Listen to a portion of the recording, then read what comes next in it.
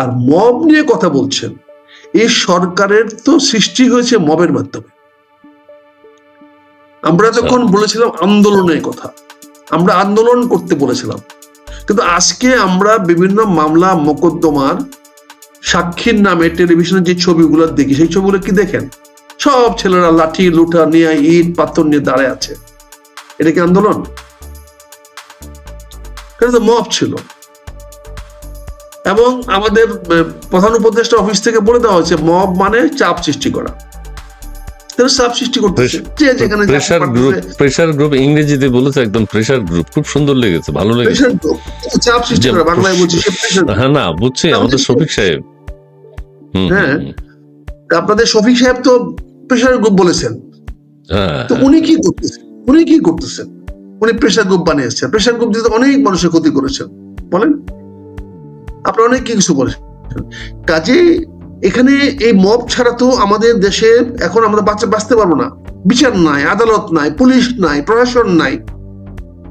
আমার প্রধান উপদেষ্টার দেয়ালের বাইরে, তার এই যমুনার বাইরে তার কোনো কর্তৃত্ব নাই। তার কথা কেউ শুনে না, সচিবালয় শুনে না, পুলিশ শুনে না, প্রশাসন শুনে না, কেউ শুনে না। উনি নিজেই বলেছেন কেউ শুনে না, উনি নিজেই বলেছেন কিছু শুনে না, কেউ শুনে না। আচ্ছা আমি একটা কথা বলতে চাই, মাঝে মধ্যে আপনার কথার মধ্যে আমি ইন্টারাপ্ট করবো না, একটু টেকনিক্যাল প্রবলেম হয়।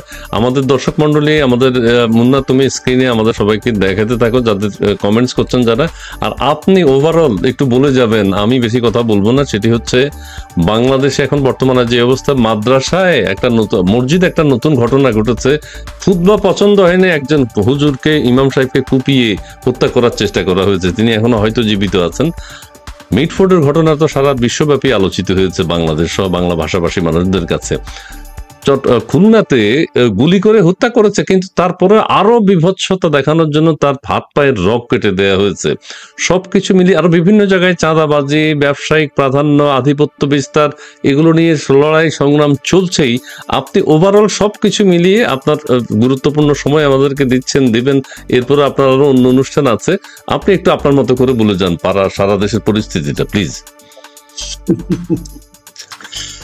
আপনি তো ওই মব, চাঁদাবাজি আর ওটা শেষ করে দিলেন না, তাহলে তখন আমরা শেষ করে নিয়ে আসতে পারতাম। আচ্ছা শেষ করুন। এখানে আপনি ধরেন, আজকে আপনি বলতেছেন একটা মসজিদের ইমাম সাহেবকে একজন মেরেছে। কি অন্যায়টা সে করেছে মেরে?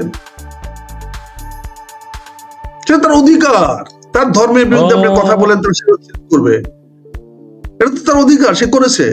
আপনি কি কন্ডেম করেছেন? আপনি কি বলেছেন যে আপনার ধর্মের মতবাদ আপনি জোর করে কাউকে চাপাইতে পারবেন না, বলতে পারবেন না? বলেন। আজকে আপনি যখন বলতেছেন সে মসজিদে কি বলেছে, সে করেছে, তারপর কি হয়েছে বলেন? আমরা দেখেছিলাম কদিন আগে একটা ছেলে একটা মেয়েকে তার গায়ে কাপড়ে হাত দিয়েছে, তারপরে জেলে নিয়ে এসে সে হিরোর মতো বেরিয়ে আসছে। তা আজকে যে বিল্লাল সাহেব বলেছে, বিল্লাল সাহেব তো হিরো, সে তো বেহেশতে যাবে। এখন ওই মৌলানা সাহেব মরেও তো শহীদ মর্যাদা পাবে। খারাপ কি? এগুলো তো ভালো। এগুলা করতে পারলে কার লাভ হচ্ছে? এগুলা করে কার লাভ হচ্ছে? আপনি যেটা আজকে মিটফোর্ডের কথা বলছেন, সারা বিশ্বে নাকি এটা আলোচিত হচ্ছে। এটা ঘটনাটা করছে 9 তারিখে। 9 তারিখে আলোচিত হলো না কেন? 10 তারিখে আলোচনা হলো না কেন? 11 তারিখে এসে আলোচনার মধ্যে থামলো কেন? এটা কার সুবিধা হচ্ছে? এখানে যে ছেলেটা মারা গেছে, সেই ছেলেটা কে? ভালো ধোয়া তুলসী পাতা? সে হচ্ছে সন্ত্রাসী, নাম করে সন্ত্রাসী।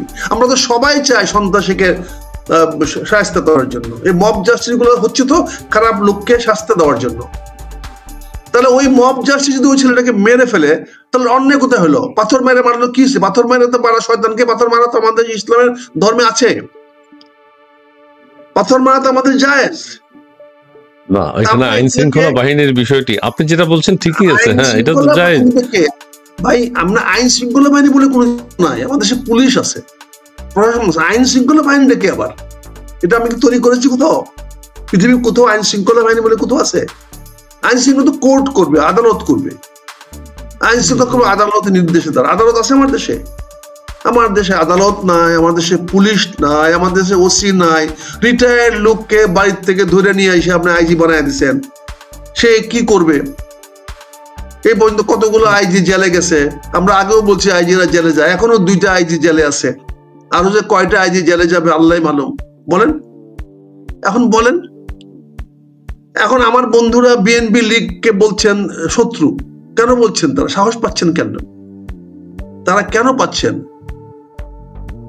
কারণ আজকে যারা ধর্মের নামে এগুলো করতেছে তাদেরকে যদি আমরা কিছু বলতে যাই, এই যে মুসলমানের কথা বলেন, আমরা সবাই মুসলমান, তা আমরা মুসলমান না? বাংলাদেশের 20 কোটি মানুষ মুসলমান না? তাহলে আমাদেরকে সৌদি আরবে হজ করা কি আমাদের জন্য ফরজ না? তা আমার জন্য যদি ফরজ, জনগণ যদি ফরজ হয়ে থাকে, তা আমাকে কাবা শরীফ জিয়ারত করতে আমার পাসপোর্ট ভিসা লাগবে কেন? সৌদি আরবে ভিসা লাগে? ওটা সৌদির দেশ হয়ে গেছে, তাহলে আল্লাহর দেশ, তাহলে আমি কেন যাব সেখানে আমি জিয়ারত করতে? তাহলে এই যে জিনিসগুলো আমরা করতেছি, আমাকে যখন পাকিস্তানিরা মুসলমান হিসেবে মারছিল তখন এই মুসলমানদের মনে ছিল না? মসজিদের ইমাম সাহেবকে যে ভদ্রলোককে মারলেন, ওই মসজিদের ইমাম সাহেব কি মুসলমান ছিল না? দুইজনই বেহেশতে যাবেন, আপনার কথা, দুইজনই বেহেশতে যাবেন। এখন আজকে হয়েছে কি, আজকে দেখেন, এটা আমাদের দুর্ভাগ্য। প্রধানমন্ত্রী শেখ হাসিনাকে আমরা বলেছিলাম যে আপনি দেশটাকে বিভক্ত করেন না, বিভাজন করেন না। আপনার বাবা মাফ করে দিয়ে গেছে রাজাকারদেরকে, মাফ করে দিয়ে গেছে যুদ্ধ অপরাধীদের। আপনি কি ঠেকাটা পড়ছিল এই মামলাগুলা করে কয়েকটা লোককে ফাঁসি দেওয়ার জন্য? এখন টিট ফর ট্যাট আপনি করেছেন, না আপনি খাবেন, না আপনার ফাঁসি হবে। এই যে আইজি ওখানে ফাঁসির ভয়ে এখন আপনার বিরুদ্ধে সাক্ষী দিতে চলে গেছে। এটা কে দায়ী? আজকে বাংলাদেশের অবস্থার জন্য আপনি হয়তো খুশি হবেন না, কিন্তু এককভাবে সম্পূর্ণ দায়ী সাবেক প্রধানমন্ত্রী শেখ হাসিনা। তার কারণে আজকে বাংলাদেশে এই অবস্থা সৃষ্টি হয়েছে। তিনি মনে করছেন এই দেশটা ওনার বাপদাদার, উনি এই দেশতে যাবেন না, উনি একবার বঙ্গবন্ধুকে নিয়ে গেছিলেন, এখন আবার মনে করছেন উনি আজীবন থাকবেন। এখন কই আজীবন থাকলেন? এখন কি হয়েছে আপনার অবস্থাটা? এখন তো বাংলাদেশে এসে মরতেও পারেন না, আপনি মরার মতো সাহস আপনার নাই। অথচ আপনি আমাদেরকে বিপদের মধ্যে ফেলে দিয়ে সারা বাংলাদেশের মানুষকে আজকে এই রাজাকারদের সামনে ফেলে দিয়েছেন, স্বাধীনতা বিরোধীর সামনে ফেলে দিয়েছেন, যারা আজকে মসজিদের ইমাম যার কাছে নিরাপদ না। বলেন, আজকে ঢাকা ইউনিভার্সিটি যে সমস্ত ছেলেরা যে ভাষায় কথা বলছে তারা কি বিশ্ববিদ্যালয়ের ছাত্র কিনা আমার তো সন্দেহ আছে। এখানে যারা যুদ্ধ বাঁধাতে চায়, এই যুদ্ধের জন্য আমরা দেশে আছি, আমরা যুদ্ধ করে বাঁচবো, না হলে মরবো, আমরা আছি। কিন্তু আজকে ঢাকা বিশ্ববিদ্যালয়ের, প্রকৌশল বিশ্ববিদ্যালয়ে যারা জিপিএ 5 পাওয়া ছেলেরা, এটা ওদের ভাষা? মব জাস্টিস করে বা কেউ পাথর মেরে একটা ছেলেকে মারছে, প্রতিবাদ করেন, বিচার চান, ঠিক আছে, আপনারা হঠাৎ করে সন্ত্রাসীর পক্ষে চলে গেছেন, খারাপ লোকের পক্ষে চলে গেছেন, ভেরি গুড, যেতেই পারেন, কারণ মানুষকে তো হত্যা করার কোনো অধিকার নাই। কিন্তু আপনি ওই সোহাগের হত্যার বিচার চান না, আপনি ইমাম সাহেবকে মারলো তার বিচার চান না, আবার আপনি ওই যে বাঙালি ব্যবসায়ী, সে ব্যবসায়ী হয়ে গেছে, বাঙালি আবার ব্যবসায়ী হয়ে গেছে। বলেন, এখন সবাই বলেন ব্যবসায়ী, ব্যবসায়ী, সেটা হচ্ছে মানুষ, তো একজন মানুষ, তো তারও তো পিটিয়ে মারা বা হত্যা করা প্রচলিত আইনে। এই যে খন্দকার ইলিয়াস কি বলছে, এত দরদ মানুষের, এত দরদ আপনাদের মানুষের জন্য, তো আপনারা গুলি করে মারছিলেন কেন? তখন মানুষ শেখ হাসিনা জিজ্ঞাসা করেন না কেন? এত মানুষের জন্য এত দরদ আপনারা, ভাই এত সুন্দর করে বলতেছেন, ওরা তো মানুষ, তা ওরা মানুষ ছিল না? আপনার শেখ হাসিনা যখন গুলি করে মারছিল, এখন বিগত সরকার যা করেছে সেটার কিছু কিছু বিচার হচ্ছে। এখন সমস্ত কিছুকে আমাদের বিচার, আজকে যদি 11 মাসে বিচার হইতো তাহলে তো সমস্যাগুলো হইতো না। শেখ হাসিনা তো হেলিকপ্টার নিয়ে চলে গেলেন দেশ থেকে, এখন ভারতের আশ্রয় আছেন। কিন্তু আজকে সারা বাংলাদেশের মানুষকে এই হায়ানাদের সামনে, শকুনের সামনে ফেলে দিয়ে গেছেন। এখন আপনারা মানুষের জন্য দরদ দেখাচ্ছেন, মানুষ তারা, ইমাম সাহেব মানুষ না? তার কথা বলবেন কেন? আপনারা কি বলতে চাচ্ছেন সেটা পরিষ্কার করে বলেন। আপনারা যারা, আপনাদের এই যে আওয়ামী লীগ এত বড় রাজনৈতিক দল, কেন সে বাংলাদেশ ছেড়ে চলে গেল? কি কারণে? এখন কি তাকে ভারতে পাঠিয়ে দিচ্ছে কেউ? কেন তারা বাংলাদেশের থেকে ফেস করলো না? এখনো তারা আসুক, ফেস করুক, তারা থাকুক, আপনি আমাদের মধ্যে লাগিয়ে দিচ্ছেন। এখন এটা তো পরিষ্কার দেখা যাচ্ছে যাগুলা করতেছে সেটা ভারতের মদতে হচ্ছে। এগুলোর পিছনে বিএনপিও দায়ী না, জামাতও দায়ী না, ইসলামী ঐক্য পরিষদ দায়ী না, অন্য কোন রাজনৈতিক দল দায়ী না, এনসিপি দায়ী না। এটা সম্পূর্ণ করা হচ্ছে ভারতীয় মদতে। এই দেশে একটা উচ্ছৃঙ্খল বিশৃঙ্খল সৃষ্টি করে ভারত যাতে শেখ হাসিনাকে বাংলাদেশের ভিতরে পুষিন করতে পারে। এখনো কি ভারতের মদতে হচ্ছে সবকিছু? জামাত এবং বিএনপির মধ্যে বিভেদ লাগিয়ে দেওয়া হচ্ছে, যে বিভেদ লাগালে পরে কে বেনিফিট বলেন তো? আজকে জামাত এবং বিএনপি যদি বিবাদ করে, মারামারি কাটাকাটি হানাহানি করে, তাহলে কার লাভ হবে বলেন? বর্তমান অন্তর্বর্তীকালীন সরকারের লাভ হবে। লাভ হবে কেন? তাদের ক্ষমতা দীর্ঘস্থায়ী হবে, তারা থেকেই যেতে যাচ্ছে। সে মারামারি করলে ক্ষমতা দীর্ঘস্থায়ী কেমন হবে? ক্ষমতা হচ্ছে তো সারা দেশে যা হচ্ছে, ওনারা ক্ষমতায় আছেন। সে মারামারি করলে তার ক্ষমতা দীর্ঘস্থায়ী কেমন হবে? সে ক্ষমতা কেমন থাকবে সে মারামারি হলে? তো মারামারি থাকতে পারলো না। এখন যদি জামাত এবং বিএনপি মারামারি করে, তাহলে মারামারি কি ওই যমুনা যাবে না? একবার যমুনা থেকে লাত্তি খাইছে না, একবার যমুনা মারছে না লাত্তি, এনসিপি লোকেরা মারছে না? তো বলেন, কাজে আপনারা এটা কে করতেছেন? এটা পরিষ্কার জলবৎ তরলম। এটার জন্য দায়ী আপনি যে বক্তব্যটা দিলেন সারা বিশ্ব আলোড়িত হচ্ছে, তাতে তো বোঝা যাচ্ছে আপনারা এটাকে কোথায় নিয়ে যাচ্ছেন। এই যে বললো পুলিশ কি মানুষ ছিল না? হ্যাঁ, এই পুলিশকে কেন হত্যা করা হলো? এই পুলিশকে কেন হত্যা করা হলো নামে? কেন হত্যা করা হলো একটু বলবেন প্লিজ। তাহলে বলেন এই বিচার কে দিবে, কে করবে? আপনি বিটিআর হত্যার জন্য কান্নাকাটি করেন, পুলিশ হত্যার জন্য কান্নাকাটি করেন না কেন? আপনি এই যে এতগুলো সরকারি বাংলাদেশের জনগণের সম্পদ পুরানো হলো, এটার জন্য আপনি কথা বলেন না কেন? হ্যাঁ, সবাই বলছে এই সময় একটা জঙ্গি হামলা হয়েছে, পুলিশকে হত্যা করলো কারা। আমি যে কথাটা বলতেছি আপনি একটু ধৈর্য ধরে বোঝার চেষ্টা করেন।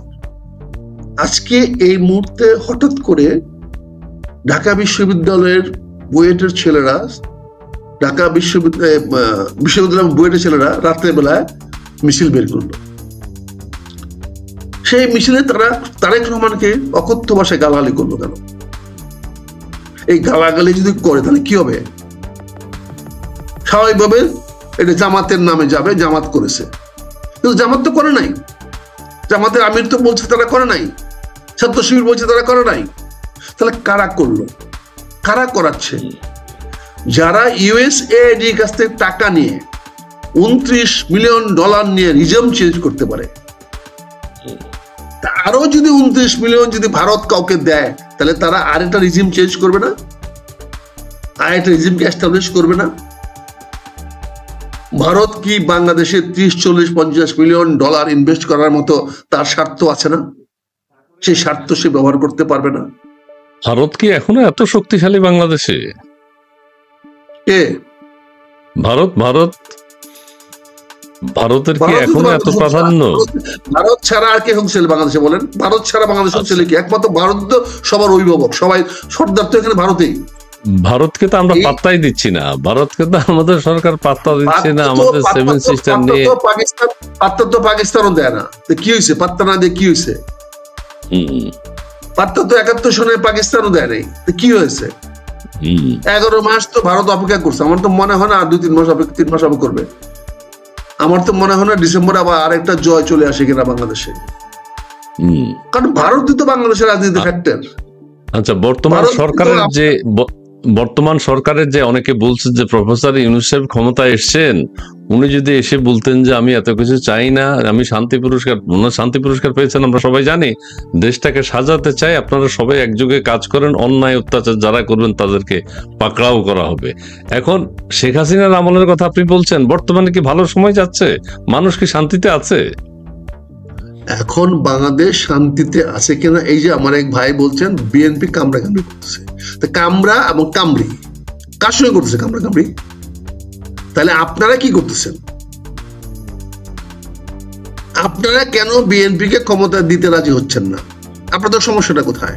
নাহলে আপনারা ক্ষমতা নেন এবং ডক্টর ইউনূস সাহেব শান্তিতে বেরুমিল পেয়েছেন, শান্তি উনি আনতে পারেন নাই, তাহলে এর ক্ষতিটা কার হচ্ছে?